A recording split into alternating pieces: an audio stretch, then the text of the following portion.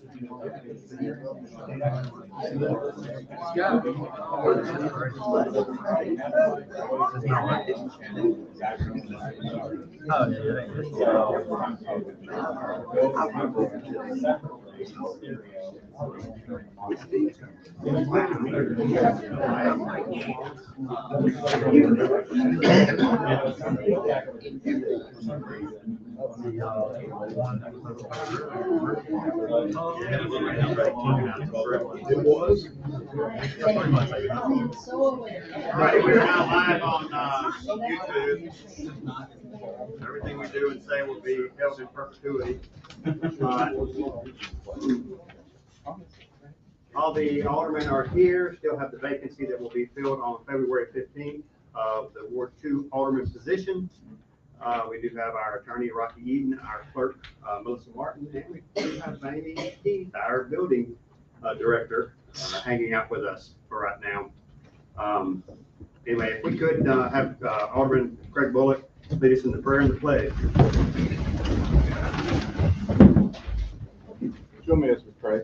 Father, we thank you for today. Thank you for the privilege to be here. Thank you for our wonderful city. And I pray that, God, that you'll guide and direct us tonight as we make decisions for the entire city. God, just thank you for those in attendance. I pray your safety on them as they are here and as they travel home. And just forgive us where we fail you. It's in Jesus' name that I pray. Amen. Amen.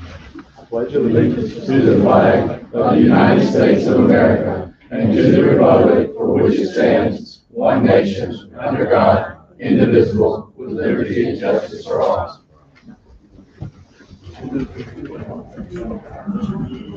Oh.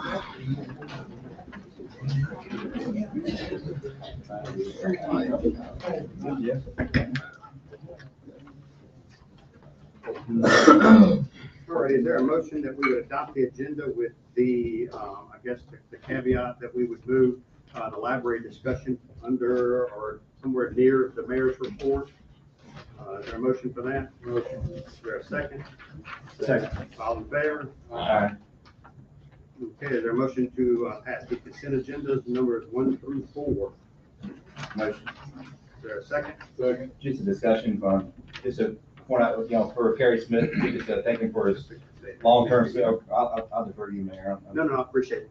Just, Kerry Smith, he's, as our code enforcement officer, part-time for many years, longer than I've been here, I assume. But, again, talk about a position that's not thankful or not welcomed, usually at places, but appreciate his long-term dedication and service to the city, to our citizens, and upholding the rules and doing the right thing. So again, it's a thankless job, much like our first responders, we don't thank them enough. And this is one we definitely don't thank, because usually when, he's around, he's not necessarily there, he's there to help correct something. And I appreciate his service, and wish him best of health and wealth going forward. Well, I guess not, maybe win the lottery. So, but again, appreciate all he's done for the city and for us, and for my time getting to know him. And appreciate the time that we had to get I had time to sit down and talk with him, and it was just appreciate the time that he gave to our city, and that's all you can ask for someone who does their job, does their duty, and doesn't expect much for it, but just to make a difference. That's how our city got built, for the last 50 years, and people just showing up every day doing their job. I appreciate that. So. Understaffed department historically with the city, obviously. I think some of the people that I know, Amy tells a story about when she started, it was basically like 3 or 4 buildings a year, and now y'all know what the story is of our city right now. So obviously we want to right size that department. Further you fall behind, you get too far behind, you got to make huge advances. So that's not favorable. But anyway, do appreciate your words, Drew, and Carrie's service. On the public service or public comment section, we'll move to library discussion, but we do have someone, Danielle and Terrell. Do you hear Danielle? Yeah, come on up here. Oh, hold on one second. I didn't want him to leave, so. You said say no, just say no. We had a motion and a second, all in favor? Okay. All right, now go ahead. Come on up. You can never leave us. We'll do it again. Well, my name is Daniela Terrell. I serve as the state board president for the JCs. And just to let you know a little bit about the JCs, we're a civic international organization. And I just want to let you guys know about the forum. So forums play a vital role in democratic processes by fostering transparency, accountability, and informed decision making. They provide a platform for candidates to articulate their vision, address community concerns, and showcase their commitment to serving the public interest. Moreover, forums offer constituents the chance to interact directly with candidates, ask questions, and evaluate the suitability for office. It is a part of pretty much our national movement that we provide young leaders an opportunity to be empowered and to create positive change in our communities. Through initiatives like forums, the JCs uphold the JCI mission of providing developmental opportunities that inspire young people to take action and contribute to sustainability for social challenges. Petal chapter of the Mississippi JCs is pleased to announce the Petal Forum on tomorrow at 6 p.m. at the Civic Center. We have sent out links, or we posted it on social media to get those questions. Ms. Sherry is here. She'll be the moderator for that event. We have 4 women who are running for that special position. And we just want to inform the community of who is the best candidate. Now, you make the decision based on the questions you all have submitted or have not submitted, but will submit. Okay.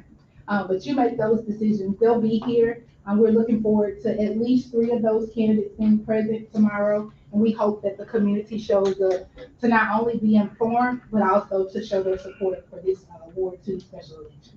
That's all. Thank you so much for promoting that. It's at 6 o'clock. It's at Petal City. Some of the new faces here, that's a Ward 2, so only Ward 2 is participating, so it's a little unusual when you have a special election. That's the first time, Steve, what is it, 22 years? I make the joke, it took me 14 years, by 2030 to finally, so that seat has not come open in a long time. Obviously, the boundaries have changed a little bit for the most part, though. The boundaries go basically from Garden Lane out past the high school. Yeah, past high school. So it's a large area, so so looking forward to being fully staffed again. So anyway, I always appreciate anybody that puts their name on the line. I know the goal you have to get across to actually think about it, complain about things, and then actually go sign up to do it. It's a pretty big goal to get across. And then once you do it, it's no big deal. But anyway, and as she mentioned as well, we've got 4 people that are running for that position. So looking forward to that getting over with. One thing is constant is change, and hope this gets back to normal. So anyway, we have no proclamations and resolutions, no bids and quotes, no old business. Let's go to general business. Number 5, request to approve the docket of claims for the month of January 2024. Is there a motion? Motion. Is there a second? Second. All in favor? Aye. Number 6, request to adjust services bill to 736 South George Street as follows: due to a leak, water, $126, a late fee of $23.40. Is there a motion? Is there a second? Second.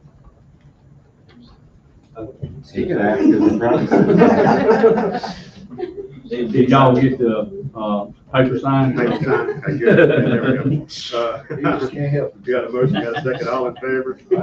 Number 7, request to pay estimate number 4 in the amount of $622,792 and I'm not sure where the 11 cents came from, but to J. Beardy Construction for water upgrades per South Dearman and Wakes.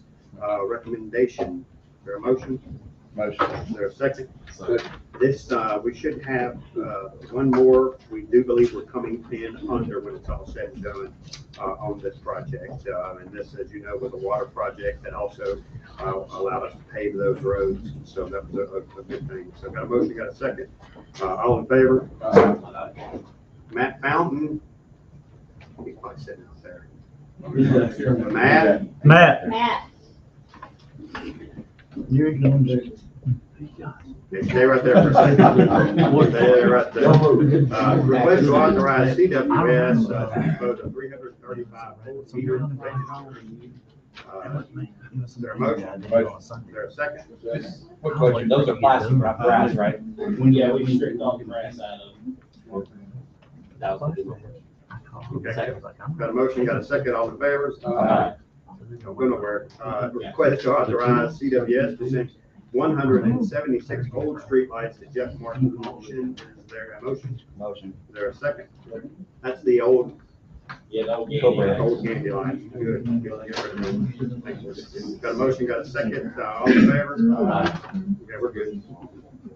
Number 10, request to pay estimate number 3 in the amount of $464 and $464,000 and $88.53 for infield turf at Robert E. Russell Sports Complex for SDW. Is there a motion? Got a motion? Is there a second? Second for discussion.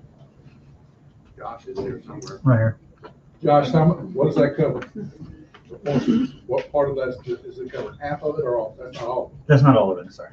So say that number again, Josh. How much was it? $464,088.53. On the fields, guys, on the fields. $500,000. Did you hear that? No. Josh. Yes, sir. You thought he was gonna ask you the total, didn't you? Oh, yeah. Don't ask the total, it's way more than that. What's the 53 cents for?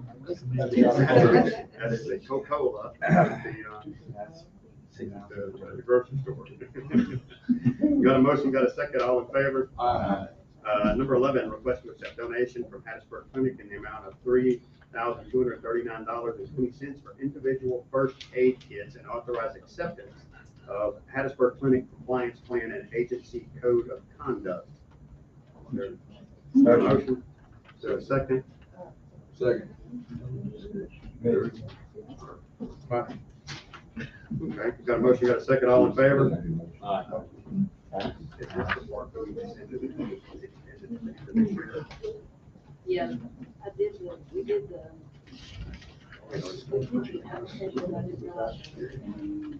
Oh, okay. Request to accept the replacement MOA with MDOT for Matthews Branch sidewalk extending the deadline. Is there a motion? Is there a second? Second. Looks like we will put a shovel probably, I was hoping middle of this year, shovel in the ground, probably back end of this year. So anyway, it is moving forward. So got a motion, got a second, all in favor? And this is part of the deadline that got extended. And it had to, the monies have to be committed. Doesn't have to be bidded out, but it has to have some approval by MDOT. So that's actually two different things that we'll be looking at. All right, number 13, request to auction 2001 Dodge Ram pickup truck with that VIN number on Gov Deals per CWS recommendation. Is there a motion? Is there a second? Second. All in favor? Number 14, request to auction 1984 GMC dump truck with that VIN number through Gov Deals per CWS recommendations. Motion. Is there a second? All in favor? Number, buy them some old trucks. Yeah. Doesn't have to be towed to the auction. Request for the Tuttle High Class of 1974 to use the Civic Center on April 6, 2024 at no charge. Is there a motion? Is there a second? Motion second. Second, Mike? That's his class, guys. Mike, you getting old. That's the first graduating class in the city of Pembroke. That works. Thank you for some of the things about this. And you may talk to that here in a minute. He's mentioned anyway. Mike, that's a great planning to be the alderman at large at the same time, 50th anniversary. I mean, that's a long time to That's a plan. great story, huh? I like that. Are you saying I'm old? I did not say, I said it was a good planning. I said good planning. I just said that. Good planning. Got a motion, got a second, all in favor? Aye. Seminars and travel, request to authorize Mayor Tucker to travel to Washington DC on next Monday through next Wednesday, cost $237. Is there a motion? Is there a second? Second.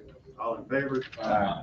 Orders and ordinances, number 17, request to adopt an order hiring Chris Moray to warrants division at a rate of $19.23 per hour based on an 80-hour pay period effective January 24th. Is there a motion? Motion. Is there a second? Second. All in favor? Aye. Request to adopt an order promoting Dylan Anglin to engineer at a rate of $13.53.28 per hour, effective January 24th, 2024. Motion. The reason they do that is they work backwards to get that number as opposed to saying, I'm gonna pay you the 1923. So, Chief Henry's not here for me to mess with him, is he? No. Okay, all right. All right, there got a motion, got a second, all in favor? Aye. All righty, number 19, request to adopt order transferring Andrew Arizati to motor unit at a rate of $19.72 per hour, effective January 24th. Motion. Second. All in favor? Aye. Remember that name. He's out writing tickets, so just heads up. Request to adopt an order hiring Nikki Moore, part-time in the building department at a rate of $13 per hour pending drug screen and physical. Is there a motion? Second. All in favor? Aye. Awesome. Okay, now we are to the mayor's report. Is anything that the alderman would like to preclude, or y'all want to just start getting some folks up here to talk? I would actually like to say, I actually have some guests coming to our next meeting on the 20th. We're gonna have some WEMA representatives come and talk to us. It's been a while. I've formed a pretty good relationship with some of the people, and they're going to make sure that we understand the importance of the regulations, what we are and are not allowed to do. And I think it's gonna be good for the community and good for us. If you want to schedule them within the meeting, Within the meeting, we'll see if you could put that on the agenda for the 25th. okay, anybody else? All righty, Cliff Wentworth.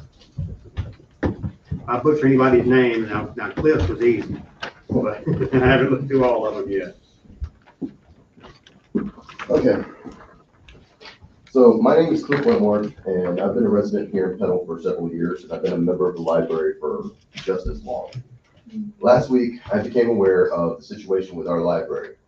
And apparently, it started with a challenge to certain specific books, and when it became apparent that that challenge wouldn't hold up, it's then morphed into a request for a policy change to restrict access for certain vague subjects to children. Now, this is effectively an attempt at shadow banning the same types of books because the subjects that they're talking about are pretty vague. And my understanding is that the library board is still waiting for the specifics of the policy change that somebody wants. Now, the other thing that is happening is that apparently there is now a threat to try to remove Petal tax money from the library. As far as it goes, the library already has a policy. Kids should be accompanied by a responsible adult. And by kids, it means children under the age of 13. If a parent doesn't want their kid to read a book, then the parent already has a say in that because the responsible adult is already supposed to be in the library with their kid. Now, no new policy change is needed, especially one that restricts my children's access to books. It is not okay. Just so that I can make myself perfectly clear here, it is not okay trying to ban books. And it is not okay trying to threaten to pull funding from our library for a fraction of a percent of books that some people have a complaint about. As far as it goes, it reeks of culture war crap, and culture war doesn't have any place in our library or our city. Thank you.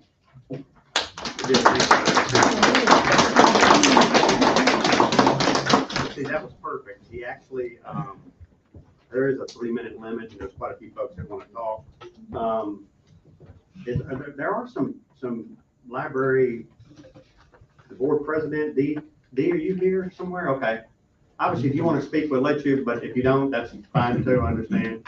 Somebody gets YouTube-itis or something, but, Yeah, I get that. just letting everybody know that Yeah, I there's a was representative from the library here. Just here to listen and to see what people have to say so that we get a little more How long have you understanding. served on the board?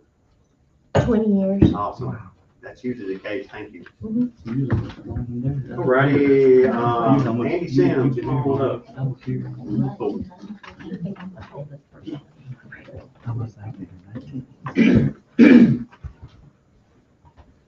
My name's Andy Sims, and to reiterate some of the things the previous gentleman just said, it's interesting that this topic came up and none of the books in question were even mentioned in the alderman's post. Just some vague discussions that they dealt with transgender, non-binary issues considered sexual in nature. I am currently working on a second master's in library science. And part of the ALA and their guidance on these kind of things comes from years of academic work dealing with the sort of things where they assess each book that is available in the library, but they're also against censorship.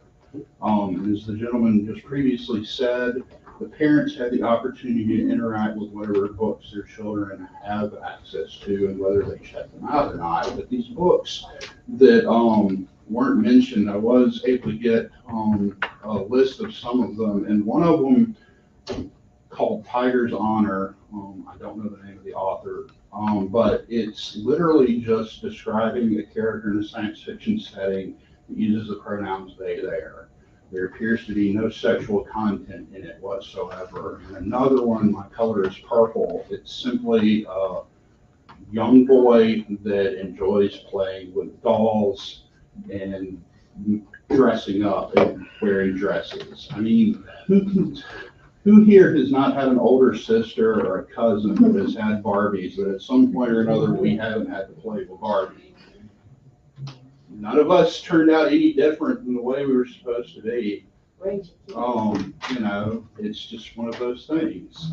So that's really all I say is just, if we're gonna be honest about the books that we're banning, at least have a discussion where we can see the books, read them ourselves, and determine whether we want younger children to have access to them or not, but not to, basically hold money from the library on this. It's sort of like blackmail.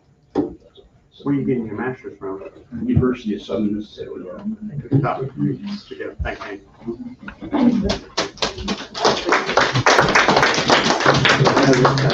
I didn't see you come in, Jeff. I'm short. It's all right. Usually there's a certain section of people that sit behind this podium, and it's whoever I'm looking for. The podium is actually far too tall. He took my spot. I don't think the budget would handle it. I wonder if you'd be able to hit a button and just go into the board. Maybe next year. Yeah, go ahead. So my name is Jeff Hollingsworth. I've been resident of Pennell for my entire life, 36 years. And I just had a couple of comments I wanted to make. I wanted to say that I don't think the government is appropriate to determine what our families can and cannot examine in the library. I think that we have library professionals, librarians, to make those decisions for us. I think it's important that we listen to those types of people before we make these sorts of decisions. I think that anytime the government gets involved in policing what books are available for the general public, it shows a bad sign for the community. I think it's up to the parents to determine what content your children read. I think that it's important that children learn about trans people and other people different from us. Because it's important for people to have a good understanding of the kind of people that live in our world that we're going to interact with. I think it's especially important to have age-appropriate ways to do so that way, if somebody encounters somebody who is not, if a child encounters somebody who is not regular in their life, they have a way of understanding it in a way that is appropriate for them. I'd like to say that if if the aldermen decide that, the city council decides that, that's the direction we're going to go, it's going to be very difficult for me to vote the same way I did last time. Especially for considering cutting cutting taxes to public services like library. That is a corporate punishment measure that I think is entirely inappropriate, as it will damage the entirety of the city of Petal over a small fraction of what is available for the, in the library. That's all I'm saying. Thank you. Thank you.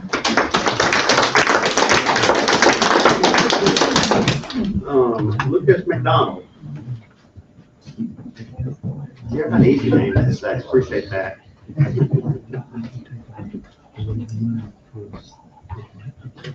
Hi, I'm Lucas McDonald, a 16-year-old transgender boy who attends Petal High School. I have been directly impacted by the hate surrounded by finding my true identity since I was 12 years old. My mother took me to the Hattiesburg Library when I first came out. Books were my safe space to figure out who I was and the way I was feeling. I did not find these online, but found these books in our local library in Hattiesburg. When I was freshly coming into 7th grade at Petal Middle School, I was hate crime. A 9th grade boy showed me pornography of a transgender woman, and then expressed his wants to kill me on Petal Middle School grounds. What would have happened if this boy had access to books expressing the struggles of trans people's gender dysphoria, especially trans people who are newly coming out? I love Petal School District and have cultivated good relationships with the staff. The school system even created accommodations for me for my benefit. I have experienced a setback due to this recent proposal, however. The city has decided to take away books pertaining to my own experiences as a transgender child, which puts me back to square one, feeling unsafe in my hometown. Tell me, Petal, how is it legal for a boy to fear for his life, wondering if he has the possibility to be killed, yet books to help kids understand him are shunned and called perverse and sexual? Preserve our freedoms and keep the books on the shelves. Thank you.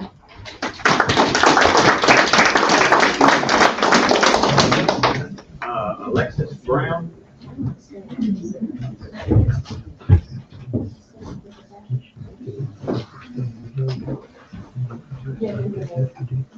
My name is Alexis Brown, and I come to you today as a student and citizen of the Petal community.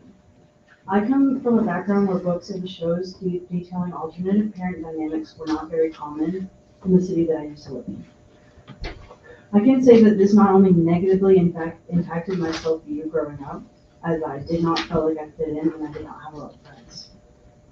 The ability for children of a younger age to develop an understanding and the concept of diversity in our world will be more open to these groups.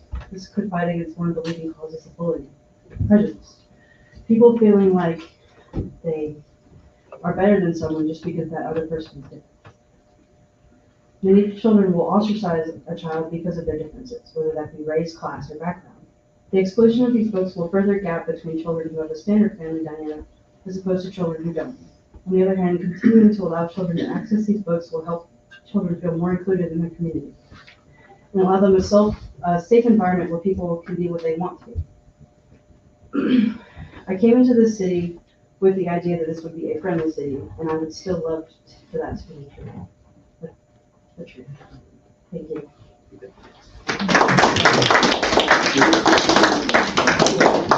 Taylor Scott.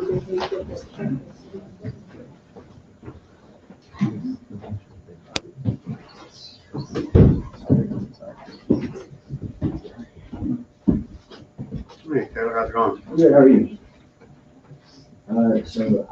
My main problem with this is that it assumes the government's role over the children instead of parents. I've lived here all my life, and I've never had a problem with it. In fact, I've loved this place. However, to take away books on a vague basis of too complex or too mature for a child's mind would have to also include really a lot of religious texture. I did that with the numbers earlier. Go ahead. Yeah, sorry. A lot of Abrahamic, so the Christian, Islam, Judaic, with infinite knowledge, infinite power, and all-loving existence would be complex for a child to understand and decipher that.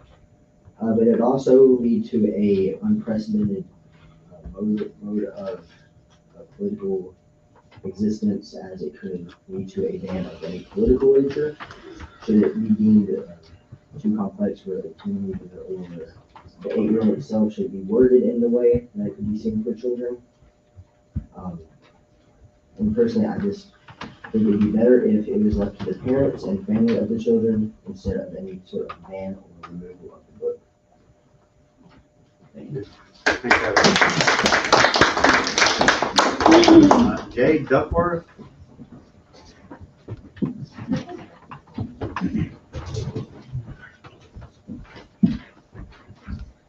Hello, my name is Jade Duckworth, and I am a transgender non-conforming 16-year-old. And it makes me a little bit upset that I've seen policies and laws like these been passed in states all around us, banning books or taking away rights to the community. And I was hoping it wouldn't happen in such a small town like Petal, a friendly town, but now I'm here. Taking books away from kids out of libraries, even out of school libraries, can have detrimental effects on how kids will learn, and topics like these aren't discussed explicitly within the classrooms in which they spend a third of their weeks in. And it's inevitable that these kids are going to meet someone like these in their life at one point. People who aren't like the everyday people that we see even in this room. And we're just like all of you. We're people. We want to be seen as such. We aren't much different than you guys, believe it or not. And I remember as a kid, I used to listen to a lot of Adam Lambert, a pop musician, and my mom had to explain to me what being gay meant. Men will love other men, women will love other women, and I didn't even have any problems with that. I was content with it. But not every child gets to learn these things at such a young age, or with their parents in general. They'll have to learn it on their own, and books are a good gateway to learning. As at least whenever I was in school, we had to read our own books and take tests on our comprehensions of them. So it would be a great way for kids to pick up little books like that. And I understand that children are easily influenced. I was very influenced as a kid by things around me, but we should influence them to educate themselves and learn things. And books like A Family is a Family is a Family by Sarah O'Leary, Bodies Are Cool by Tyler Fetter, and A Plan for Pasta by Heather Smith. These are all beautiful stories that tell tales about being unique and accepting folks who may be different from you or me. But censorship of public works is what keeps knowledge out of growing minds. And not that it's this extreme, but book burning ceremonies and the removing of books off of library shelves that the Nazis held were to prevent people from learning new concepts and educating themselves on different cultures and ways to fight back against negative laws and stuff that they had going on. But we're 79 years past that at this point. And kids ought to be able to learn about the diverse community that we live in. We live in the United States. This is supposed to be a place of freedoms for everyone to come whenever they don't have another place to go. And it's the parents of the town, this country, not the government, to enforce what their kids should and should not see and read. And the parents should be the ones to respect one another, and accept who they are, and teach their kids how to do that. Preserve our freedoms and keep books on the shelves. Thank you. Alicia Brown.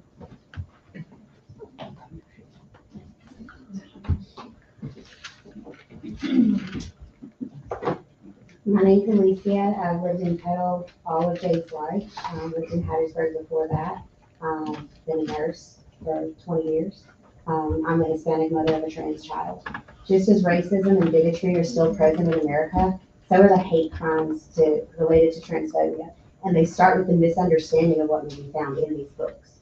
The proposed book ban would remove children's literature depicting families as different characteristics other than the normal mom and dad. Those of a diverse family, such as 2 moms or 2 dads. These types of families are found right here in our little city of Petal. It would also remove fictional characters that children may relate to, like Joe and Sam in A Boy in a Tutu by Kate Scott. Even Mattel has made different versions, diverse versions of their blonde-haired, blue-eyed Barbie. We now have Black Barbie, Asian Barbie. We have a Barbie with Down syndrome. We even have a gender-neutral doll, because children need to see a version of themselves in the art and literature that they consume. Book bans such as this diminish the quality of education our youth have access to. If you take away the capacity of our youth to educate themselves on subjects that are difficult and uncomfortable as children, how then would they be able to have an open conversation with their parents about gender dysphoria, transgenderism, or sexuality? If they can freely ask these questions as a child, then they can also discuss sexual activity, mental health, drug use, and sexual assault as a teenager. I know this for a fact. Having this literature in Petal's library in an age-appropriate section would create a safe place for those needing to access these resources. Essentially, protecting the values you believe in is first and foremost the responsibility of the parent, not the library, not the city, nor the state. The most challenged books in America are about race, gender, and sexuality. So if we ban these books now, what's next for Petal? Will we ban Black literature depicting slavery or discrimination, religious texts other than Christianity, just because we don't like the subject matter? All of these are important subjects in literature. We shouldn't erase or remove them, we should learn from them. Do we want a divisive Petal, or do we want a forward Petal, where we can come together and understand all of our differences? Our children are watching us. We need to do the right thing. Preserve our freedoms and keep the books on the shelves. Thank you. Caitlin McDonald.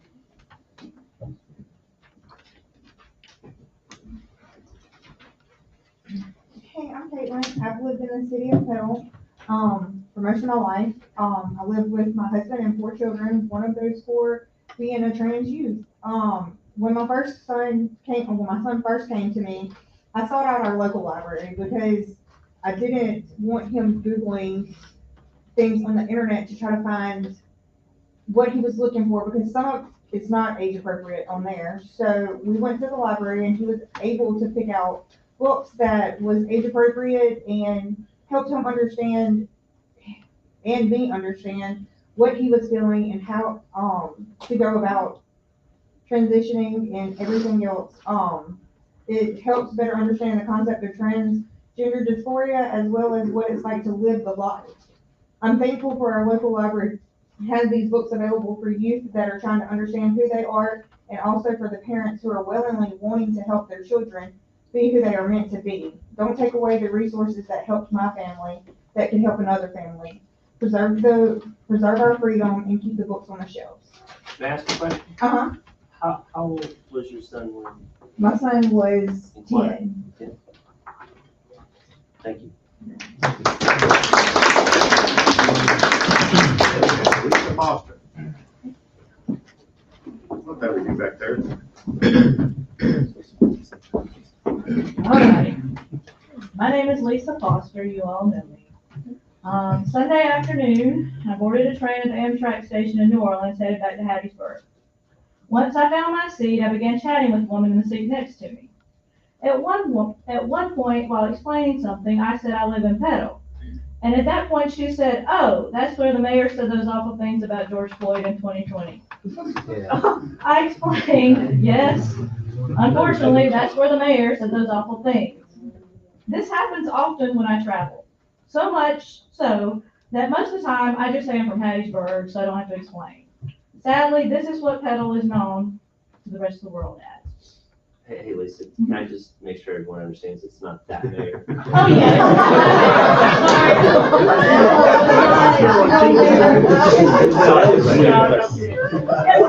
Everybody's like, don't say it.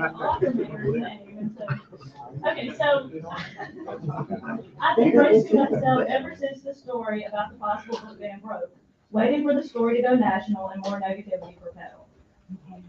I've only recently realized Petal is not a monolith, as we have been described by Alderman Nobles in his comments, that this is what Petal wants. Public officials should never assume that they know what their constituents believe without speaking to them. Petal is made up of people with many different views and opinions. For the most part, we're more alike than we are different. We may disagree on many things, but many times at the end of the day, we end up on the same side of an issue, though often for very, very different reasons, and this is one of them. For most of my life, those differences in opinions have been hidden because people were too afraid or ashamed to say anything. I have found that this has been the case with this issue.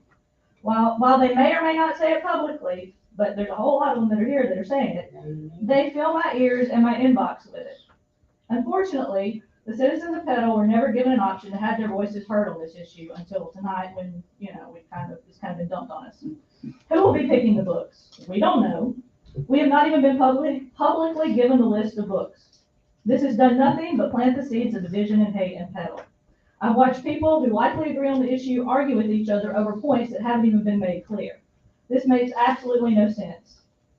If this goes forward in any way, including only putting the books behind the counter so they are regulated to the status of pornography, which we've seen the list and they're not pornographic books, therefore turning gender identity into a dirty taboo subject, there will be pushback. I absolutely do not want to see another 2020, and I mean that from the bottom of my heart. We have other issues we need to tackle.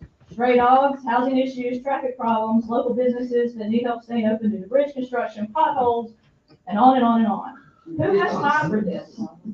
It's not me. I have much better things to do. However, this is what I'm afraid is going to happen because I've talked to enough people to know that they're fired up and ready to push back. This is absolutely not what Petal needs. I don't want to have to explain to the next person I meet while traveling that not only are we the place where the mayor said awful things about George Floyd, the other mayor, but also where children's books on gender identity and other LGBTQ topics were banned. I'm not going to say when will we learn because I think we as a community have learned for the most part. I want to know when you all will learn.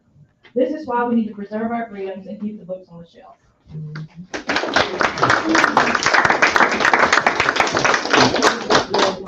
Nathan Mullins.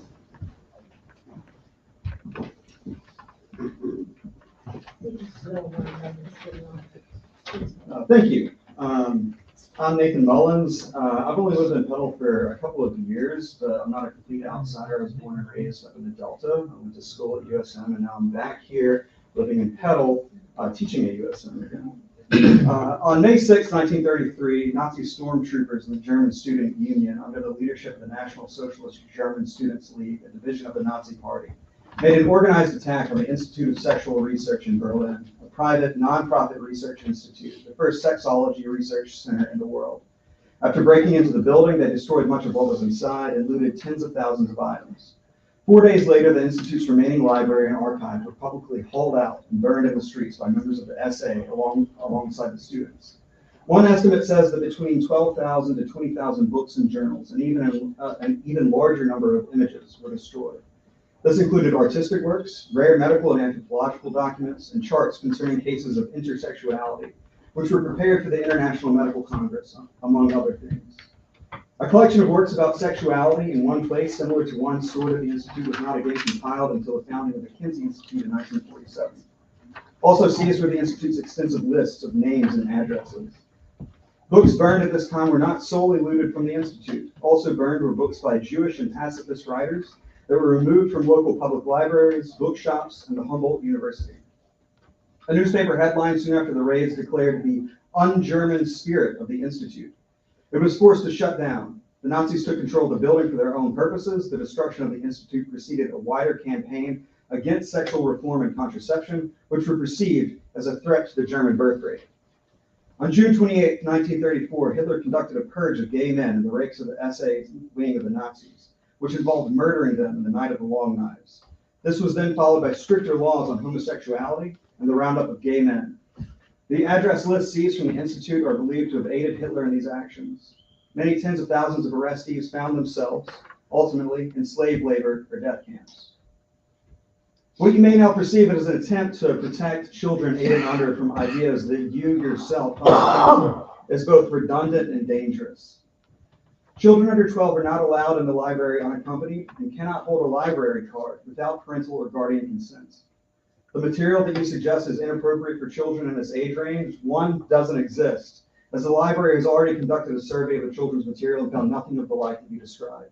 And two, is already inaccessible to children without parental or guardian supervision, which is ultimately where the onus of censorship lies, with the parent or guardian and not with the state. You've created a convenient bogeyman, one that serves your political needs of getting people riled up, but which ultimately, one, accomplishes nothing that the already in place rules of the library do not cover, and two, serves to alienate and intimidate an already at-risk minority group. The second point in particular runs counter to everything for which this democratic republic stands. The intention of this proposal is clear. The cruelty is the point. I'm sure that you neither like nor appreciate the history from Nazi Germany. It's not a comparison. I'm not making a comparison here to what the board is attempting to do here. But instead, it serves the purpose of showing where this dangerous brand of censorship can and has historically led. If you don't like the idea of being compared to those who undertook such atrocities, it's probably a good idea to stop following in their footsteps.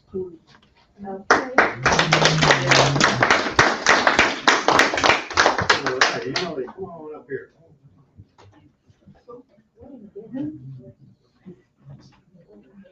You can't get that video with Ann talk. You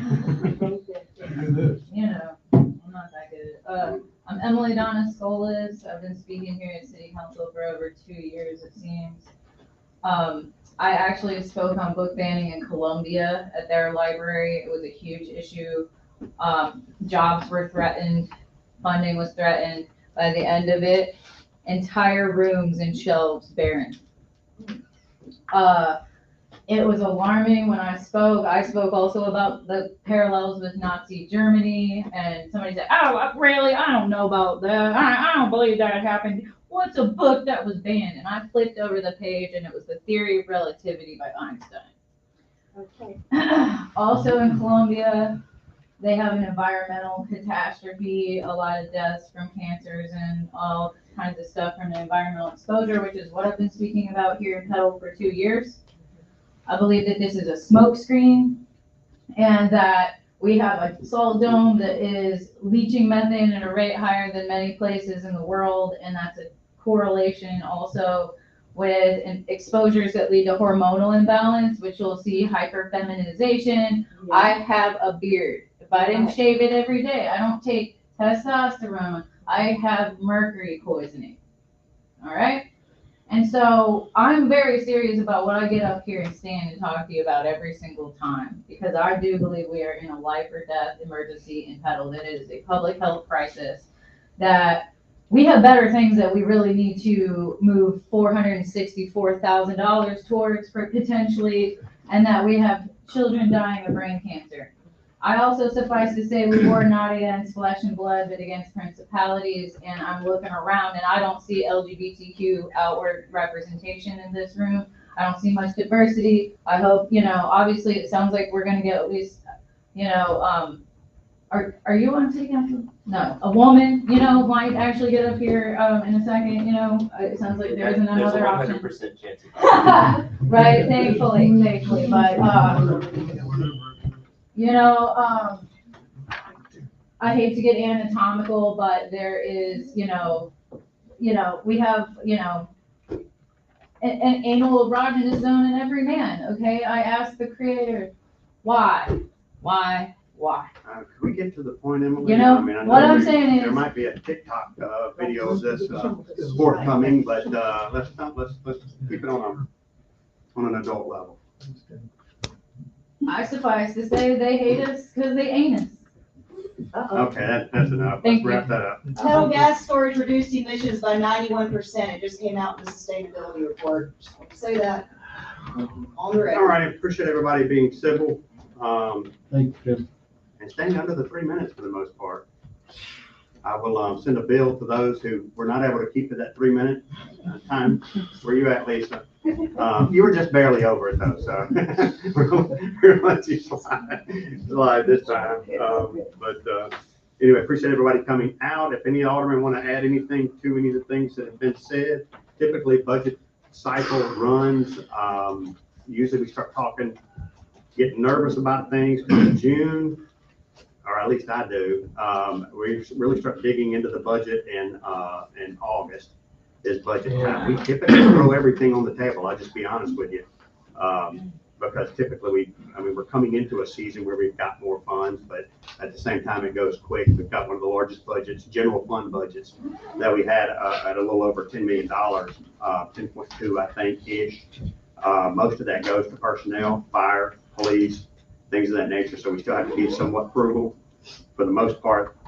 The folks that have followed the history, even the new guys have followed the history. The old guys, we're don't know how to act because we got a little bit of money now, but we know what hard times look like as well. So we try to justify it from that standpoint as well, bang for our buck.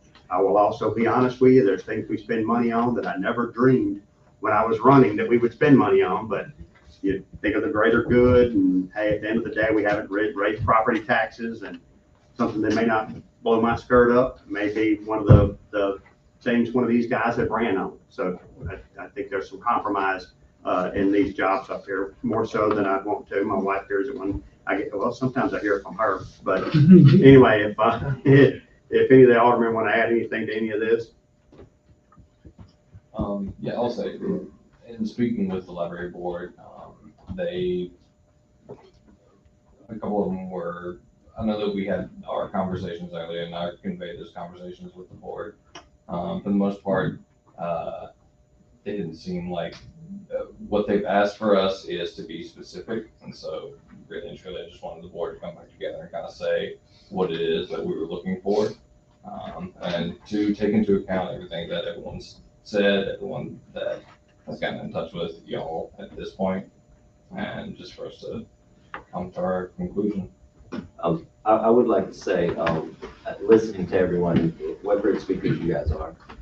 And I'm gonna fail at this, but the library board does have the responsibility to monitor books. And there's two forms of censorships that all libraries take part in. There's active and inactive. Inactive censorship is simply not buying books or buying the books that they prefer. Active is what this conversation is more about, where there are books that we want to be removed from the library. I guarantee you there's no library that does not have both forms of censorship actively in play, which is why we have library boards that we have to draw from our communities to be a reflection of the community. There is not a single library in this country that does not use both those forms of censorship. And that's why these community discussions are so important. That's why you being here is important. That's why the conversation is important. And that's why there's a process in writing to challenge a book. That's why librarians go to school to learn, how do we select a book? Are we selecting books fairly? Are we selecting books that accurately represent our community? So saying that we can't censor books is wrong. Censoring books for the wrong reason is wrong. That's why we have to have these conversations. Anyone else? Quick question. Yeah. I know earlier we talked about almost $500,000 for turf for a field. This number I haven't seen come out yet. How much money are we talking about as far as the library The goes? library comes in around 75,000. Okay, so 75,000 I think for we the probably went library. up around 90. It's a weird deal because we actually use it as a breakdown to, so if we budget one number, it actually goes off of millage. So we break the millage down to point whatever the mills are. And during the year, even if the aldermen say, hey, we're gonna give them 75,000, at the end of the year with growth and tax receipts coming in, it can come into $75,000, $80,000. But understand, our budget's made up of, the same way y'all's budget at your house, it's made up of, it's not made up of, say you make $30,000, it's not made up of $30,000, it's made up 100 here, 1,000 there, 200 there. So our budget's no different than that. And he was comparing, just so you know, the turf, that's a one-time expenditure. And it's a lot. Our budget, those numbers for the library, that's every year that goes out. And we've never had zero. I think we've given 90 is probably, since I've been in office since 09, probably one of the, not as mayor, but as alderman, probably one of the bigger numbers we've ever given. Yeah, anything else? Yeah. If they were cut off from that funding, say if they were denied the 75,000 to nothing, would that effectively shutter the? I would assume that would be the decision. When we had to cut their budget one year, they were going to get 80-something thousand. We had to cut it back to 58 because at the same time we're making decisions on where our money's going. We're laying off people. So then you start putting it in that context. We say, hey, we want it to go out of relationship, but at the same time we can't go all the way. That's when they shut it down one day. And keep in mind too, the main library is like 2 miles away. I thought somebody, well, go ahead and say it. Somebody will say, not now, because the bridge is out. Oh. I know what y'all are thinking. We don't want to hear that. That's 10 miles. We talked about it. Now, obviously, we're big picture. I mean, the county and Hattiesburg give hundreds of thousands of dollars, so it's a much, much bigger number. Anyway, so. Mr. Mayor, I want to say here, y'all take your book, Mom always thought, I always remember what my mama said. You take the books out of the library, put them behind the counter. If you want them, you're gonna find them anywhere. You can find them books anywhere. This here, what y'all talking about was back in the day. This ain't new. This was back in the day when I was coming up.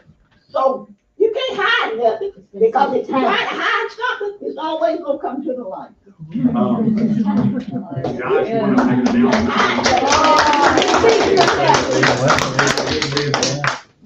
Black History event? Oh, this Saturday, we'll have the Black History Month program, at the Petal Civic Center from 4 to 7. Food and music, who's playing? Charles Carter is playing, the one-man band. He's CC really Carter. Free food and entertainment. As I mentioned earlier, we are fixing to be 50 years old, not me, but the town, a year or two older than that. But anyway, we're gonna have some events around that. April 4th, 1974, we became a city. So a lot different town than it was back then. Obviously, from a growing standpoint, a lot of decisions. So we're gonna have a get together on that Thursday. All the old timers can get together when y'all tell war stories. And then we're gonna have an event down at the River Park from 6 to 10.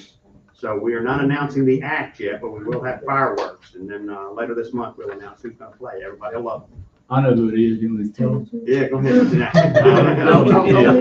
not gonna be Tell us, a big Steve. meeting, so we do have that. Any other announcements from anybody? Harold? Mr. Mayor, I want to say this, and then I'm gonna be finished.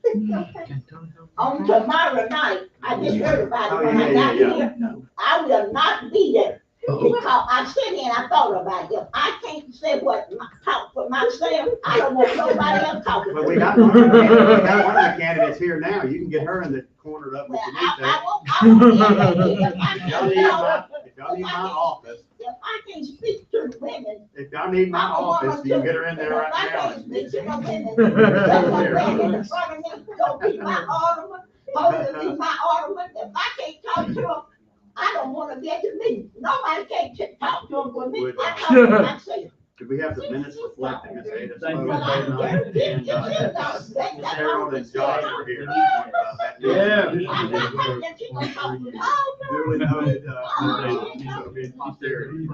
Yes. So we do have a need for an executive session. Is there anything else that either alderman would want to add to any of this?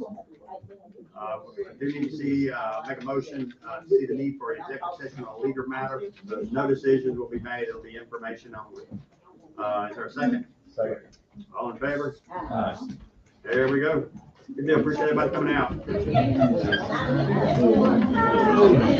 don't forget all our meetings.